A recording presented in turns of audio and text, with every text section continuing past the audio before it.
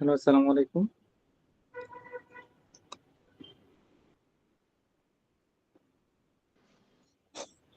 ওয়ালাইকুম আসসালাম রহমতুল্লাহ। কোথা থেকে বলছেন? আপনার নাম জানাবেন, কোথা থেকে বলছেন জানাবেন, এরপর সমস্যাটা বলবেন। জি, আমি আচ্ছা, গোলাম কিবরিয়া। আমার আমার নাম জিয়াউদ্দিন। আমি ঢাকা থেকে বলছিলাম। আমার বয়স 33। আমি রিসেন্টলি আমার হাঁটুর এসিএল সার্জারি করাইছিলাম। এরপরে হঠাৎ করে এই সার্জারি ডান পায়ে করাইছি। হঠাৎ করে বাম পায়ে। এসিএল ইনজুরি ছিল, এসিএল সার্জারি করেছেন? জি জি, এসিএল ইনজুরি ছিল। এসিএল, আচ্ছা, ঠিক ঠিক আছে, ঠিক আছে। হুম হুম হুম। হঠাৎ করে এই সমস্যা দেখলাম যে বাম পায়ে পিএলআইডি সমস্যা, সাথে স্পন্ডালাইসিস লাইসিস আছে, আবার লিস্টেসিস আছে, আবার গ্রেড 1। এখন আমি কোন দিকে যাব আসলে? হঠাৎ গত সপ্তাহে এমআরআইটা করিয়ে মানে খুব হতাশার মধ্যে আছি। আমি কোন দিকে যাব? ডান পায়ে এসিএল, এই এর ফলে আবার বাম পায়ে পিএলআইডি সমস্যা, কোমরে আছে আবার এই স্পন্ডালাইসিস, আর আছে আবার লিস্টেসিস গ্রেড 1। সকালে পা খুবই ব্যথা করে, মানে একটু ঘন্টা খানেক বা 2 ঘন্টা পরে একটু স্বাভাবিক হয়, কিন্তু সকালে ঘুম থেকে উঠলে বা কোনো কোথাও বসতে গেলে মানে খুবই ব্যথা হয়। নেপ্রোজিন।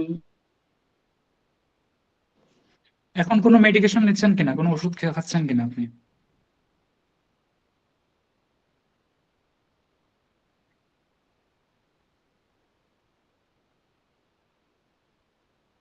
এখন কোনো ওষুধ খাচ্ছেন কিনা বা কোনো মেডিকেশন নিচ্ছেন কিনা আপনি? আর কতদিন আগে আপনি অপারেশনটা করেছেন, এটা একটু জানাবেন। আপনারা কাইন্ডলি ভিডিও অন করে কথা বলবেন, হ্যাঁ? তাহলে জিনিসটা হচ্ছে সামনাসামনি আই কন্টাক্ট মেনটেন থাকে, বা যদি নেটওয়ার্কে কোনো সমস্যা থাকে বা হচ্ছে মিউট করা আনমিউট করা এই বিষয়গুলো আসলে ক্লিয়ার আইডেন্টিফাই করা যায়। Thank you. হ্যাঁ, আমার 4 মাসের সার্জারি। এখন শুধু ক্যালসিয়ামটা নিচ্ছি, ক্যালকুলাল ডিএক্স, ডিডেক্স 2000, তারপর এ টু জেড মাল্টিভিটামিন, আর একটা ওষুধ আছে, আছে হলো রিক্যাপ 200।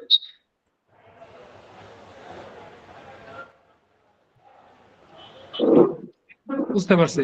এখন এখন আপনি কি জানতে চাচ্ছেন, মানে এখন আপনি মানে সমস্যাটা কিভাবে উত্তরণ পেতে পারেন এখন, এটা নাকি আপনার প্রশ্নটা আমি ঠিক বুঝতে পারি নাই। আমি সার্জারির দিকে যাবো কিনা, আর হলো লং টাইম আমি কিভাবে থাকবো, ওষুধ খাবো, থেরাপি দিব না সার্জারির দিকে যাবো। হুম, বুঝতে পারছি।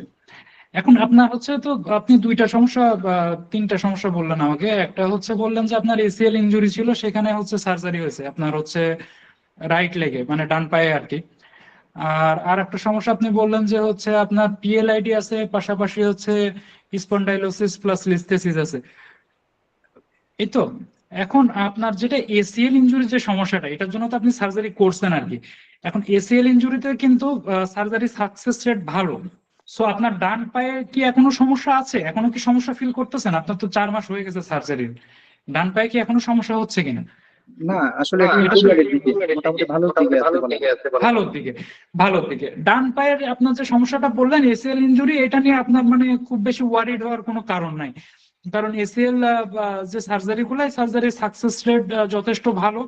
সো যদি প্রপারলি, যদি অ্যাপ্রোপ্রিয়েটলি যদি সার্জারি হয়ে থাকে, তাহলে আমার মনে হয় যে এটা আপনি উইদিন 6 মান্থস আপনি হচ্ছে ইমপ্রুভ করে যাবেন আর কি। মানে এটা টোটালি হচ্ছে আপনার আগের মতো হিলিংস হয়ে যাবে, রিপেয়ার হয়ে যাবে, এখানে আপনার খুব একটা সমস্যা হবে না।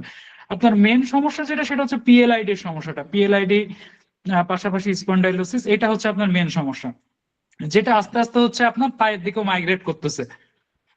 ঠিক আছে, তো পিএলআইডি তে আমাদের সমস্যা কি হয় এটা আগে আমাদের একটু বুঝতে হবে। পিএলআইডি বিষয়টা কি? পিএলআইডি তে আমরা কিন্তু বেসিক্যালি যে জিনিসটা দেখতে পাই, যে আমাদের যে শির দ্বারা যেটাকে বলে, ঠিক আছে, আমাদের যে স্পাইন যেটা, এখন স্পাইনের ভেতরে যে ভার্টিকাল যে ডিস্ক গুলা থাকে, ছোট ছোট যে ডিস্ক গুলা থাকে, এই ডিস্ক গুলার ভেতরে হচ্ছে নার্ভ গুলো ট্র্যাপ হয়ে যায়। ঠিক আছে, মানে যে নার্ভ, এর যে নার্ভ গুলো আছে এই ডিস্কের ভিতরে চাপা পড়ে যায়।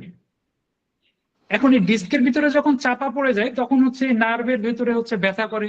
এই নার্ভ গুলো যেখানে সাপ্লাই দিচ্ছে, যেমন ধরেন আপনার পায়ের ভেতরে যে নার্ভ গুলো সাপ্লাই দিচ্ছে, এগুলো আর হচ্ছে এক সেকেন্ড ইয়ে করবেন।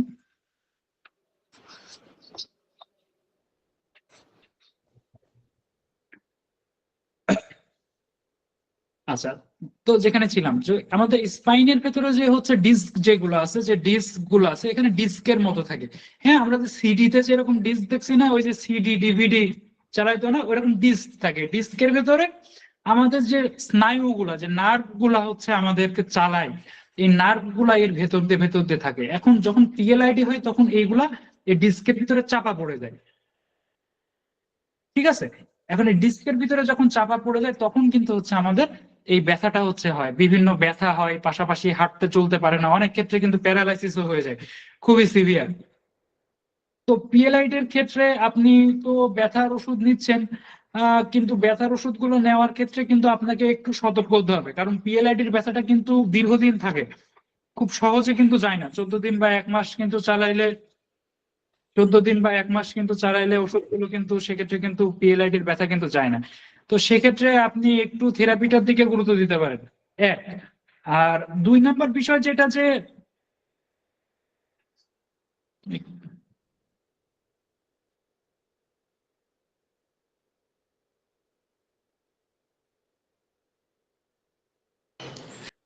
হ্যাঁ, এটা একটা বিষয়। আচ্ছা, আর হচ্ছে আপনি একটু একটু যে দীর্ঘদিন যেহেতু ব্যথার ওষুধগুলো খাওয়া লাগবে, সো এটা কিন্তু একটা বিষয়। এর পাশাপাশি আহ আপনার আর একটা প্রশ্ন ছিল যে সার্জারি করা যাবে কিনা। সার্জারি করা যাবে কিনা, আর যদি সার্জারি করা না লাগে সেক্ষেত্রে আপনার উত্তরণের উপায় কি? তাহলে প্রথম প্রশ্নটার আগে উত্তর দিই। সার্জারির যেটা বিষয় সেটা হচ্ছে যে আপনার যে যে রিপোর্ট গুলো আছে, রিপোর্টের ডিটেলস গুলা নিয়ে অর্থোপেডিক্স স্পেশালিস্ট বা নিউরোসার্জন স্পেশালিস্টের সাথে আগে কিন্তু কনসাল্ট করতে হবে, অথবা আমাদের সাথে একটু সরাসরি দেখা করতে হবে। দেখা করলে এর মাত্রাটা দেখে, ফিল্মটা দেখে আমরা জানাতে পারবো যে অপারেশনের সাকসেস রেট কতটুকু। কারণ পিএলআইডির যে অপারেশন গুলো, এই অপারেশন গুলোতে কিন্তু আমরা সাকসেস রেট কিন্তু 50 থেকে 60% পাচ্ছি, বাকি 40% রোগীর ক্ষেত্রে কিন্তু আমরা এখানে সাকসেস হিস্ট্রি কিন্তু আমরা পাচ্ছি না। তো সেক্ষেত্রে আপনার যে মূল ডকুমেন্ট গুলা, মূল ফাইল গুলা, এগুলা দেখে একটু সামনাসামনি সরাসরি দেখে অ্যানালাইসিস করার একটু বিষয় আছে, যে আপনার জন্য অপারেশন কতটা বেনিফিট দিবে আর কি। আবার এই অপারেশন গুলার কিন্তু অনেক সাইড ইফেক্ট আছে, অনেকের ক্ষেত্রে কিন্তু আবার অপারেশন করতে গিয়ে যে অবস্থায় আছে এর চেয়েও খারাপ হয়ে যায়। সো আপনার পিএলআইডির পজিশন, মেইন ফিল্মটা দেখে কিন্তু আমাদের আগে এনশিওর হইতে হবে যে অপারেশন করলে আপনি কতটুকু লাভ পাবেন, কতটুকু ক্ষতি পাবেন, এটাকে আগে দাঁড়িপাল্লায় তুলতে হবে। তুলে যদি আপনার লাভের পরিমাণটা বেশি হয় সেক্ষেত্রে আপনার কিন্তু অপারেশনের দিকে যেতে হবে আর কি। সো এখানে অনেক বোঝাপড়ার একটা বিষয় আছে অপারেশনের যে বিষয়টা, যেহেতু এই অপারেশন গুলোর কিন্তু সাকসেস রেট খুব বেশি আমরা পাচ্ছি না, 50-60% ক্ষেত্রে কিন্তু সাকসেস হচ্ছে, বাকি ক্ষেত্রে কিন্তু পিএলআইডির অপারেশন গুলো সাকসেস হচ্ছে না। সো মূল কাগজপত্র, ডকুমেন্ট ডিটেলস দেখলে এটা মন্তব্য করা যাবে যে আদৌ আপনি অপারেশনের জন্য উপযুক্ত কিনা। আর এর পাশাপাশি হচ্ছে আপনি একটু থেরাপি গুলো নেন, ক্যালসিয়াম সাপ্লিমেন্ট তো আপনি নিচ্ছেন, থেরাপিতে কিন্তু হিউজলি বেনিফিটেড হচ্ছে, পিএলআইডি এর যে পেশেন্ট গুলা থেরাপিতে কিন্তু হিউজলি বেনিফিটেড হচ্ছে। এবং পাশাপাশি যেহেতু আপনার হচ্ছে বাম পা গুলো অবশ হয়ে যাচ্ছে, একটু নার্ভ গুলোতে চাপ পড়তেছে, সো আপনি এর পাশাপাশি একটু হলো B1 B6 B12 টা একটু আপনি সাপ্লিমেন্ট শুরু করেন। এটাই থাকবে আর কি আপনার প্রতি আমার পরামর্শ। ধন্যবাদ।